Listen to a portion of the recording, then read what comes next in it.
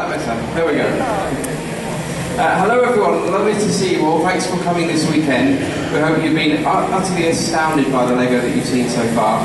I know I am, and it's just great to see the models that are on display.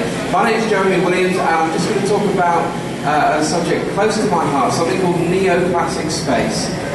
So I want to talk about what classic space is, the classic space Lego that some of you older ones that I can see that we might remember and love. What's neoclassic space? What have people done to the old classic space that was? And if you're excited by that, how can you get involved in building neoclassic space? Because there's still lots of need for new people to come on board to start to build some amazing models. And then some time for questions as well. So let's talk about classic space Lego. And this really is where it all began. There's a brilliant talk at 3 o'clock. Stuart's going to talk all the way through all of the space themes. And Lego did actually have a space theme that predated what we're calling classic space. But classic space started in the late 70s when minifigures came out. And what a fantastic era this was. So from 1978 through to 1995, this is the era that I'm going to be talking about. Classic space was 1978 through to 1987. And what a great kind of period. Why introduce it in 1978? Well, did anything space related happen in 1977? What was that? It was when Star Wars, fantastic, yes, exactly right, you know your Star Wars, good man. Star Wars came out in 77 and the world suddenly went space crazy. And so Lego thought, let's capitalise on this and let's start to bring out a space theme while everybody's still excited about space. So in 78 it started off. It lasted all the way through to 87, and then we kind of had various themes that took on the idea of space from then on. Here were some of the kind of civilians that were exploring and mining and so on, Futuron, Mtron, Ice Planet and Explorians, a lot more of that at 3 o'clock.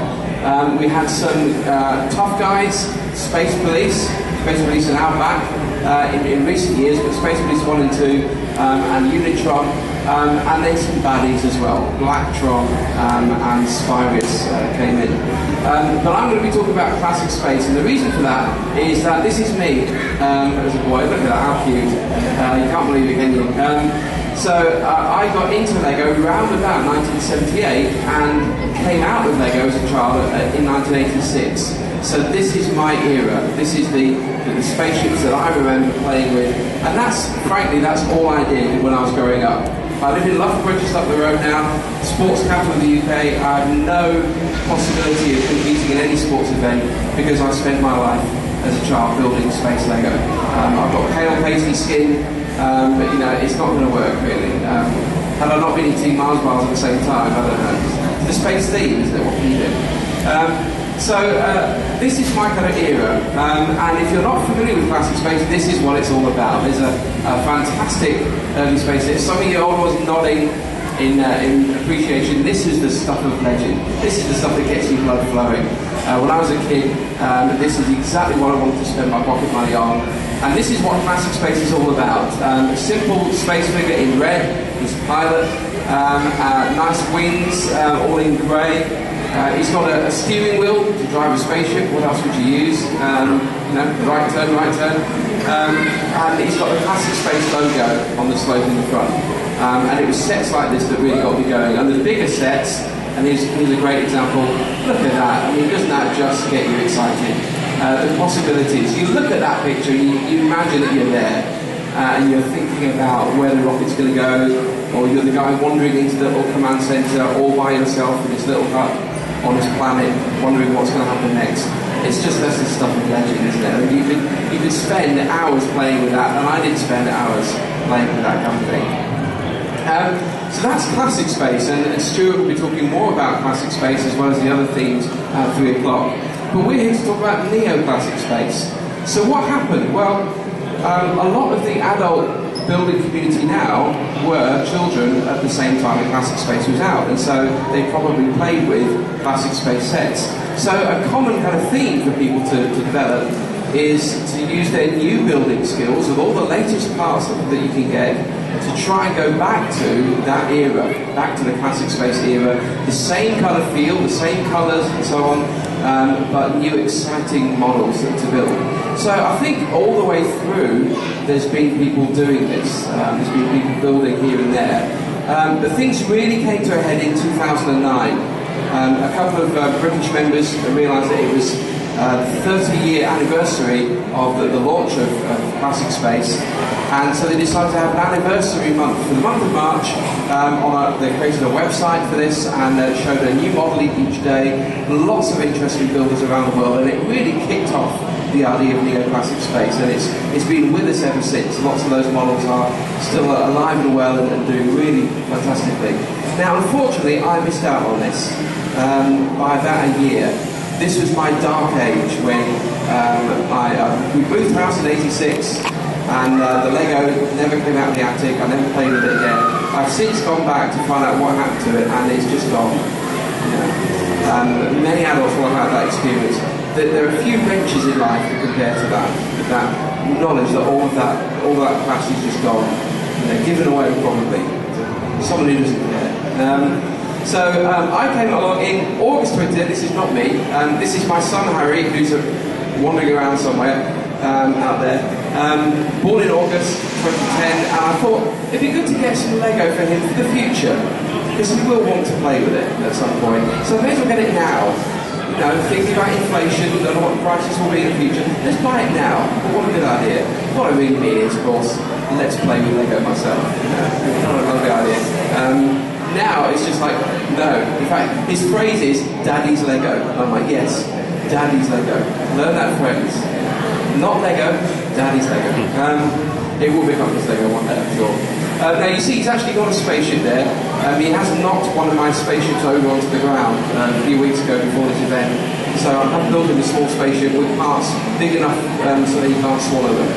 I have to say that experiment, working out which parts he can and can't swallow, is difficult in itself. It's something you've got to do as a parent, isn't it? I'm sure it'll be fine. In August, about October 2010, I started to get interested in Lego again, started to buy some Lego, looked up Classic Space in Google and found Neoclassic Space and the work of some space builders, mainly British members, which really got me excited, and I thought I have to do this, and I'll show you some of those models as we go through. So what did people do to make Classic Space into Neoclassic Space? Well, let's start with the minifig. Here is a classic minifig, Classic Space minifig from the late 70s, early 80s. He looks in great condition, but he's due for a makeover. We all like makeover shows.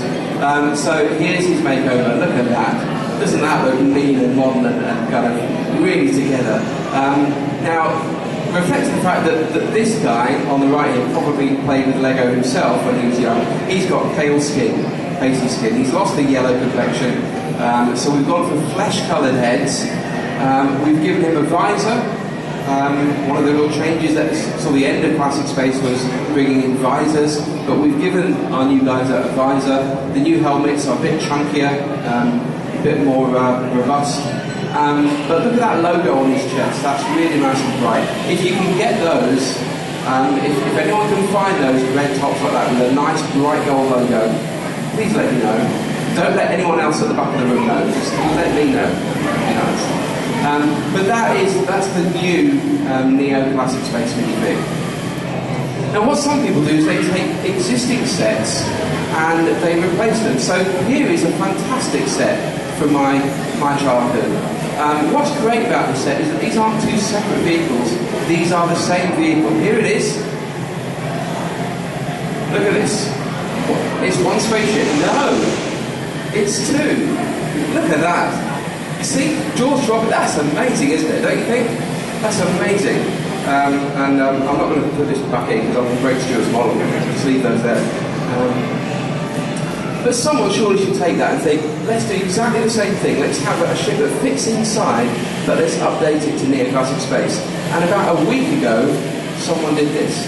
And in case you think that the only people building Neoclassic Space are adults like me, who are middle-aged, this was done by a 14-year-old lad in the States called James. And look at that. Isn't that jaw-dropping? It's the same set, there we go. The old set, the new set. Really sleek, looking swishy, but the ship at the top there fits into the one at the front. Isn't that perfect? Who wouldn't want to play with that? Adults and kids alike. Yeah. So some people will do that. This is probably the most iconic of the original classic spaceships. 497, the Galaxy Explorer. Everybody wants one. Lots of people are buying them up. The prices are skyrocketing on these things on eBay and so on. We've actually, again, Stuart's got an example here, which I'm going to very gingerly pick up. Stuart, there we go. Look at that. Isn't that just perfection? It's beautiful as it is, but it could do with a makeover. One of the builders at the back, Pete Reed and some friends, have given it a makeover. And again, you compare the before, lots of studs showing all over the place, fairly kind of basic, but quite good to be able to build. Look at that. Isn't that just a work of art? I had that on my computer as wallpaper for about a month. People at work thinking, what on earth is that? What are you looking at? You know, couldn't understand why I didn't do any work at all for a month. That's just glorious, isn't it? So that should really get you going, I think, the thought that we can do things like that. But some people say, never mind recreating the old sets, let's just go wild, let's just find our own sets. And so let's talk about some spaceships first of all. We could be here for an hour at least, going through slide after slide of some of the best spaceships. But I've just picked some of my favourites, and here some of them are. This is a fantastic one from a chap in Bavaria, in Germany, Thomas Oeschner. Thomas is great for packing lots of detail and unusual shapes, and I think this is a perfect example. What some builders do, like this one, is present it as if it was a box set as well. That really puts the icing on the cake, isn't it? That makes us all transport backwards in time to the early 80s. Put early 80s music on while you look at that, and the effects are really magnified. This one is also a fantastic ship. This shows you that you don't need lots of Lego to build these ships. This is actually tiny. Here it is. Now some of you will have seen this ship, not only on display here, but if you've got the Lego Ideas book, this ship is in that book. If you've not got the Lego Ideas book, what are you doing? As soon as this is over, straight to the shop and buy it. But look, it's tiny, and yet it's packed with so much detail. And it's so reminiscent of the classic lines of the early ships, and yet it's a brilliant new shape. This is a great one from a chap in Australia, Graham Gevers. Again, a really unusual cockpit. I've tried to copy one of these cockpit designs on a ship that you can see on the display. Really great angles, and again, a really nice box art. This is a speeder, just to show you don't need to build spaceships that go outside. This is for kind of atmospheric flight. These were all in grey originally, so there we go. Unusually, they let the white guy drive, the guy in the white suit. That shouldn't really happen. The guy in the red behind is looking slightly scared. You can see he's putting a great face on it, but you can see in his expression he's kind of looking, not sure how this is going to work out. Well, exactly, yeah. That's why he's worried. Yeah, red shirts. But I think this is the pinnacle of neoclassic space. If there was one spaceship that absolutely got me thinking, I must do this right now, it's this one. Again, by Pete Reed at the back. This is the Marauder, and it's here in the room. And yesterday I saw it for the first time, and you know, I'm sorry, Pete, if I did drool a bit. But I was like a kid in the 70s again. It's just instant, transports you into nostalgia and beauty. And here it is. I'm going to pick it up extremely gingerly. But this is utter neoclassic space perfection. Doesn't get better than that. It's absolutely beautiful. I'm not going to hand this round. You might understand why. I don't think I would leave here alive. But please come and have a look at it. The details, all of the details on there. Star Wars reintroduced us to lots of kind of details on ships in the 70s, and this is a great example of how to do that with classic space. But all the colours are there. It looks like the kind of set that I would have been desperate to get in the late 70s, early 80s, and yet it's built to the heights of building talent. And so I'm leaving this here, closely guarded. Please come and have a look at it, and if that doesn't get you thinking, I need to try and build something like this, then I don't know what can. It's absolutely fantastic. So some people don't stop there. They think, no, let's build scenes. Let's go even further than that. Here's a great one, carved out of a kind of mountainside, a nice tunnel there, a monorail. You could just jump into that scene, couldn't you, and imagine yourself there, put a helmet on, and so on. Here's a great one. Just imagine the conversation these guys are having, you know, bit low on fuel. It seems to be dragging to the left a bit. Can you sort it out?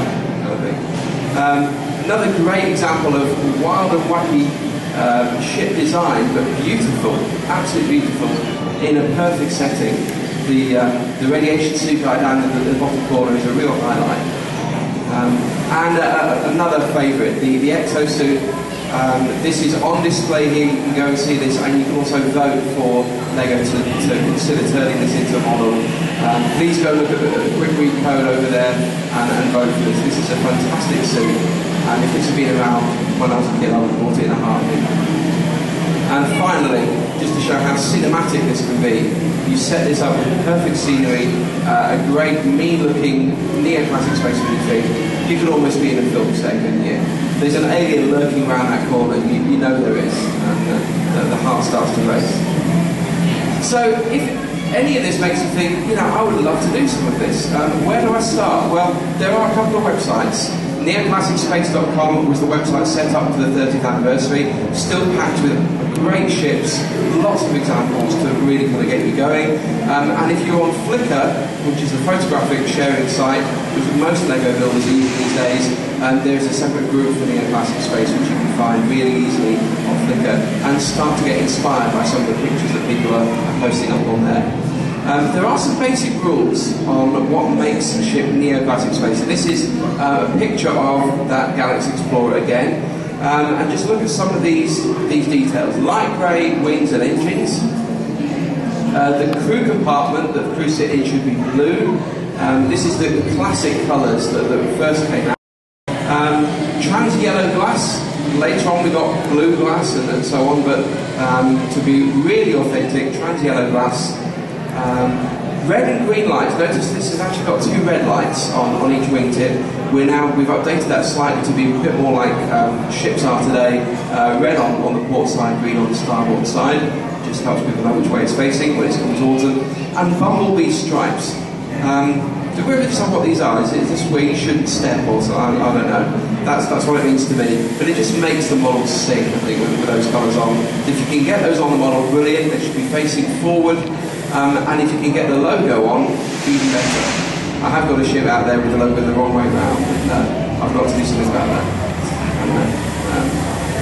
If you're going to build a space station, blue walls usually, windows again in the same kind of transparent yellow. You can use zebra colours, black and white for rockets. That looks superb. You're allowed a force field wall. Notice that there isn't a wall at the back there. We assume they've got some kind of technology to stop them all dying, you know. So you're allowed to do that if you want. If you want to fully enclose it, you'll get even more respect, I think. And if you fully enclose it with lots of hatches to open it, even more so. But this is allowed. The tradition, I think, is red are the pilots. They are full of themselves and most likely to be killed off. White are the reliable kind of space crew. We're working out schemes for the other colours that came in classic space as well. But if you see a white guy behind the controls, duck. So,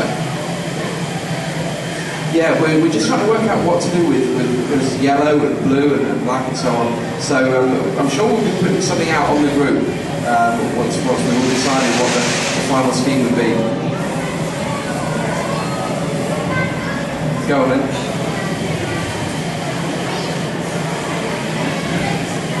Yeah, black colour looks quite neat, doesn't it? So yeah. Having said that though, in the Series 7 minifigures, there is a great Space Marine. If you've not seen it, dark blue.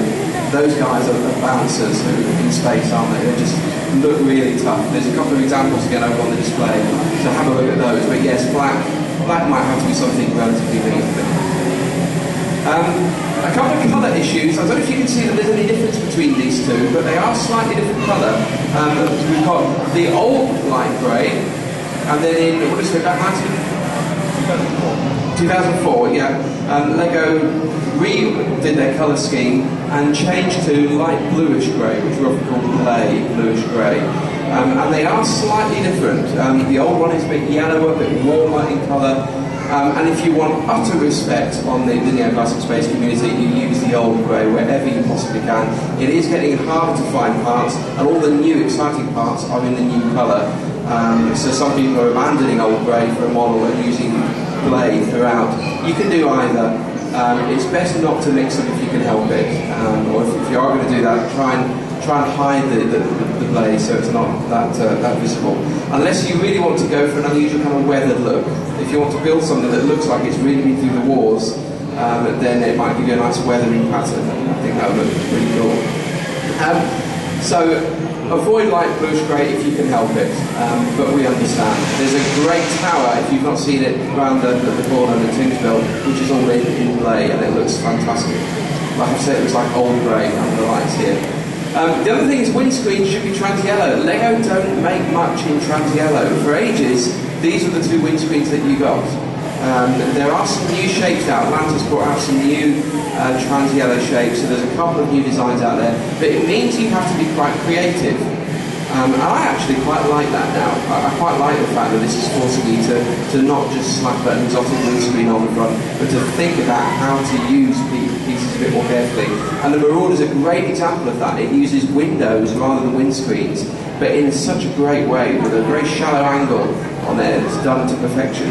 You know, might not have done that if there were lots of exotic parts around, so it helps you to think in new ways.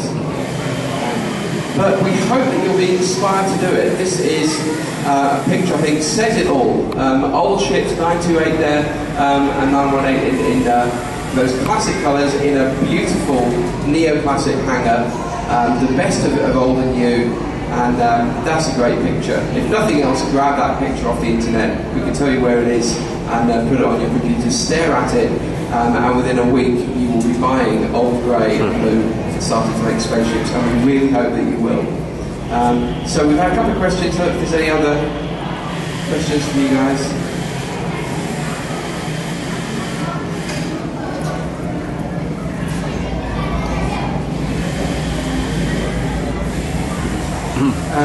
Right, so the question at the back is, can you buy some of these new models in shop? You can't buy these models are all sort of custom designed by the builder. What you can do these days, and a lot of people here in Brickish will tell you that there's a website called Bricklink which lets you buy individual bits. You can buy any piece of any colour that you can think of virtually, and there are people selling this. Some people, that's their full-time job, is selling Lego on Bricklink. So that's what most of us tend to do. We tend to try and get old grey and blue, car boot sales on eBay and so on, and then we tend to go through and hunt for specific pieces, anything that takes our fancy. So very often that's what people will do. But these sets, as they are, no. You can try and talk Pete into selling that, but I've tried earlier. Great question. Well, I'm going to be hanging around if you've got any other questions, but another quick shot of the Marauder heading off. We hope that you will head off and create some neoclassic magic. Please set up yourselves on Flickr, post photos of what you've done. We're a very kind of encouraging community. If you put something on there and we think it's neoclassic space, we will probably say that is fantastic. And if it is really fantastic, then we will be copying all your ideas. So thank you very much, and enjoy the rest of the